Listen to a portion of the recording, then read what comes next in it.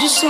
Moi je veux que dans le pogo, ça repart en ambulance. Verse la vodka dans le sélecto, y'a quoi je te joke, je suis sélectif, que je sois teasé ou en plein trou, ça me fait quitter la galaxie. Sûrement né sur une étoile, je suis là pour former des disciples. Numéro 1 de la discipline, aussi en technique et génie.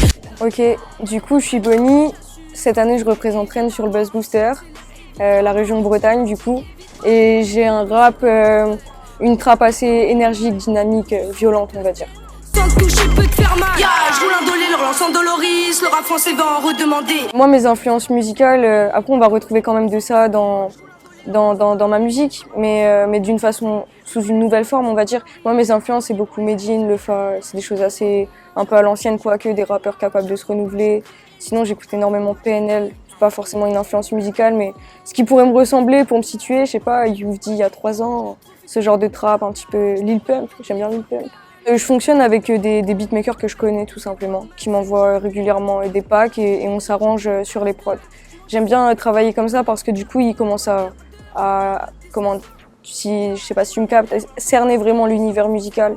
Et c'est plus pratique comme ça, pour moi c'est cool. Il y a des choses qui sont disponibles mais en fait c'est des vieux sons. Et depuis j'ai pas mal retravaillé en fait sur ce que je fais, j'ai mieux défini ma musique on va dire. Mais ouais en soi il y a des morceaux sur YouTube, il y a 2-3 morceaux qui sont un peu plus vieux mais ça peut être intéressant pour creuser l'origine du truc quoi. Sinon pour vraiment checker ce que je fais actuellement, je vais sortir un projet prochainement.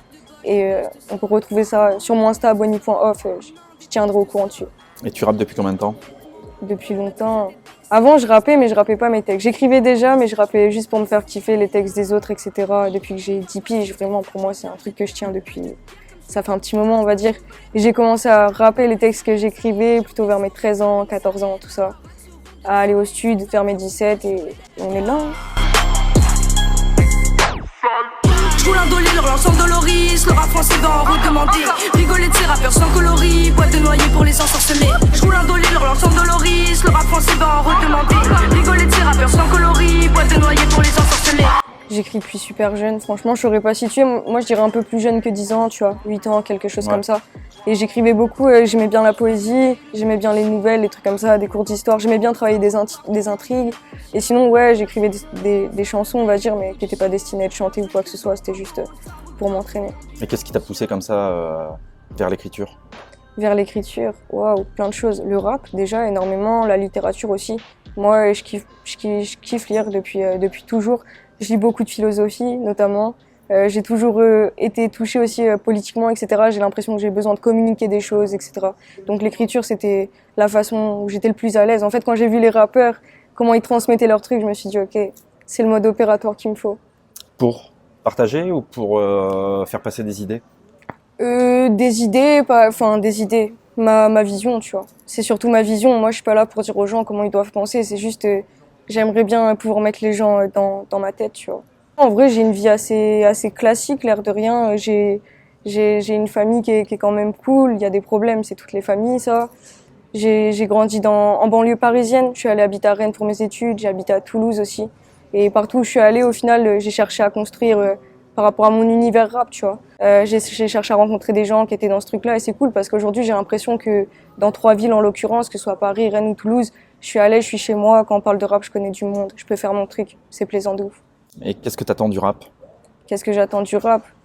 Moi, j'attends... En vrai, j'attends rien du rap. C'est vraiment... Je sais pas. Je fais ça parce que ça me fait kiffer, en fait. C'est viscéral? Ouais, c'est comme si c'était écrit, tu vois. Faut le faire, c'est tout. Évidemment, j'aimerais bien faire carrière dans le rap, etc. Après, c'est pas... On va dire, c'est pas le fait que j'ai un projet de vie, entre guillemets, qui me pousse à faire du rap. C'est parce que je fais du rap et que c'est comme ça que mon projet de vie s'adapte derrière, tu vois. Genre, le rap, pour moi, c'est même pas un choix, au final, c'est... Donc aujourd'hui, il y a des chances que tu rappes toute ta vie? Ouais, je vais rapper toute ma vie, ça quel que soit le parcours? Ouais, quelle que soit la façon, la notoriété, je sais pas quoi, même si c'est pour rapper dans ma cave avec mes potes, ça changera jamais, tu vois. C'est pour toujours. Les contacts ont l'air cool, certes, mais c'est pas tes potes. Qu'une seule règle avec eux, l'essentiel c'est de rester pote. Par contre, ton possi, ouais, ton squat. Prends toujours tout possible pour tes straps. Mais c'est ton équipe, donc faut que tu alimentes. Si t'opères solo, va falloir les dénicher. Mais personne ne doit te connaître vraiment pour que le mythe puisse rentrer dans la légende. Buzz Booster m'a pas mal donné, merci Buzz Booster. L'air de rien, on a bénéficié de plein de trucs, c'était super cool. Les rencontrer avec les pros, c'était fou. pouvoir avoir les résidences Bonjour Minuit, Hip Hop New School qui nous ont accompagnés, c'était vraiment excellent. Ça ouvre une forme de réseau, ça m'ouvre à des grandes scènes. Moi au final, je me suis découvert une passion de la scène sur le Buzz Booster, donc j'ai envie de faire des trucs. Tu faisais de la scène avant? Non, je faisais pas du tout de scène avant le Buzz Booster. J'ai fait 2-3 scènes de 10 minutes dans des bars. La différence entre la scène et le studio? C'est plus prenant. Tu vois, le studio, le moindre faux pas, la moindre erreur est à retoucher une demi-heure d'affilée s'il le faut, sur une note, sur ceci, sur cela. La scène, c'est spontané, on y va et on y va. Si ça foire, tant pis, on fait ça comme des jackasses, tu vois. Ouais, du coup, le public, si on fait rentrer ça dans la question, y a le fait que le retour soit immédiat. Moi, c'est pour ça que je kiffe la scène. Le studio, va falloir le poster sur les plateformes et que les gens, ils me disent ouais, j'ai kiffé, j'ai pas kiffé. Les gens qui ont pas kiffé, ils vont même pas le dire et machin. C'est pas honnête en fait. La scène, c'est sincère, ça se passe. Les gens, ils kiffent pas, tu le vois tout de suite, ça se voit sur les visages. Les gens, ils kiffent, c'est que du plaisir. Je me sens bien là-dedans. Je me sens mieux là-dedans que dès que je suis en cabine, etc. Au contraire, t'es porté par rien en cabine en fait. T'es là, t'es dans le doute, t'es machin, t'es ceci. Dès que t'es par la scène, le public qui te porte et tout c'est facilitant en fait. Tout devient simple. Et du coup, la scène, ça se réfléchit ou ça se vit? Ça se réfléchit en répète et ça se vit en concert, quoi. Ça se réfléchit, il faut quand même... Moi, la scène, tu le fais pour toi, tu le fais pour le public, surtout. Tu peux pas arriver, jouer tes morceaux, ce serait juste narcissique. Faut un peu de spectacle, faut un peu mettre des épices dans cette sauce, tu vois. Ouais. Donc, t'es obligé d'un peu réfléchir le truc juste pour que les gens s'amusent, c'est la moindre des choses.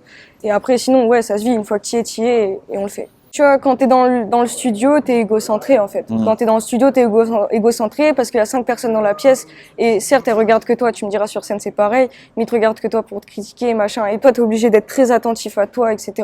Alors qu'au final, sur scène, c'est l'attention que tu vas apporter aux gens qui va leader ton concert en fait, tu vois. Qui va te mettre vraiment dans la vibe, dans tout ça. Mais des fois, je suis trop dedans. Et je pense plus justement à oui, est-ce que je cale bien ma voix? Est-ce que je suis pas en train de faire trop de bordel ou quoi que ce soit? Je m'en fous en fait. Est-ce qu'il y a une part d'acting? Oui et non, tu vois. Genre moi, dans la vraie vie, dans la vie, je suis quelqu'un d'introverti quand même. Enfin, je peux parler avec des gens et tout, j'ai pas de souci avec ça. Mais je suis pas... Tu vois, au final, la musique, c'est mon moyen, on va dire, d'aller vers les gens, tu vois. Donc c'est pas vraiment de l'acting, c'est juste que c'est une partie de ma personne qui peut s'exprimer qu'ici en fait. Ça veut pas dire que c'est pas moi, c'est dire qu'elle a pas d'autre voie d'exposition ou de communication avec le monde, tu vois. Moula ou cerveau bouclou là ou je récolte les hurrahs, oups oups. Oups, oups. Le corps et la prison, la tête et le temps pour m'impressionner. Oublie de bomber le temps, je fais pas yeux doux pour t'attendrir. Je suis juste rappeuse, tant attendu, tu tombes. Est-ce que t'en as quelque chose à foutre de ce que je vais faire de ces images? Ça dépend. Du fait de véhiculer ton image. Ou est-ce que tu t'en tapes totalement, quoi? C'est-à-dire de la peur que des images puissent être manipulées ou qu'on Non, puisse... non, encore une fois, on est dans l'exposition. Tu vois, le fait qu'à un moment, quand je repars, je suis maître des images, de la façon dont je vais les diffuser, les monter, etc. C'est pas un truc qui te fait peur. Parce que ça construit aussi les personnages, les acteurs, les chanteurs, les machins. J'entends après dans la diffusion des images, tu vois, moi je me présente à toi comme je suis. Après, tu vois, genre s'il y a des montages qui peuvent être un peu, malveillants ou je ne sais quoi, tu vois, c'est un problème journalistique. Moi, c'est plus mon dos. Tu vois ce que je veux dire? Moi, je fais ma part du taf, entre guillemets. Je suis là, je suis moi. Et je fais mon truc et j'ai pas l'impression. Et si je dis de la merde, c'est que je le pense. Et fin, quoi. Super. Et les gros punky. Tu la fantasmes comment là cette année à venir? Ouais, ça va être fou. Il va se passer quoi pour toi? Moi j'ai plein de trucs à faire là cette année. Cette année je vais boucler mes études, des études en communication et de la musique notamment. Voilà. Et production aussi, parce que j'aimerais bien produire à l'avenir. Sortir mon projet et vraiment me mettre dedans à fond, quoi. Buzz Booster, ça a été l'occasion aussi de prendre conscience que toute cette shit est sérieuse finalement. Moi je considère pas être une artiste pleinement aboutie ou tu vois, je suis pas dans la force de mon truc encore. Je commence, voilà. Je fais mes gammes, je fais mes trucs. Si je peux les faire en étant plus exposée, tant mieux. Si les gens s'attachent à ce truc, tant mieux. Mais moi, je suis pas dans un stress de vouloir aller plus vite, tu vois. Tout le monde va... La musique, elle a un rythme et tu peux pas dépasser. Je code les hurrahs, oups. Je pense qu'à la moula, cerveau bouclou là, je récolte les hurrahs, oups, oups.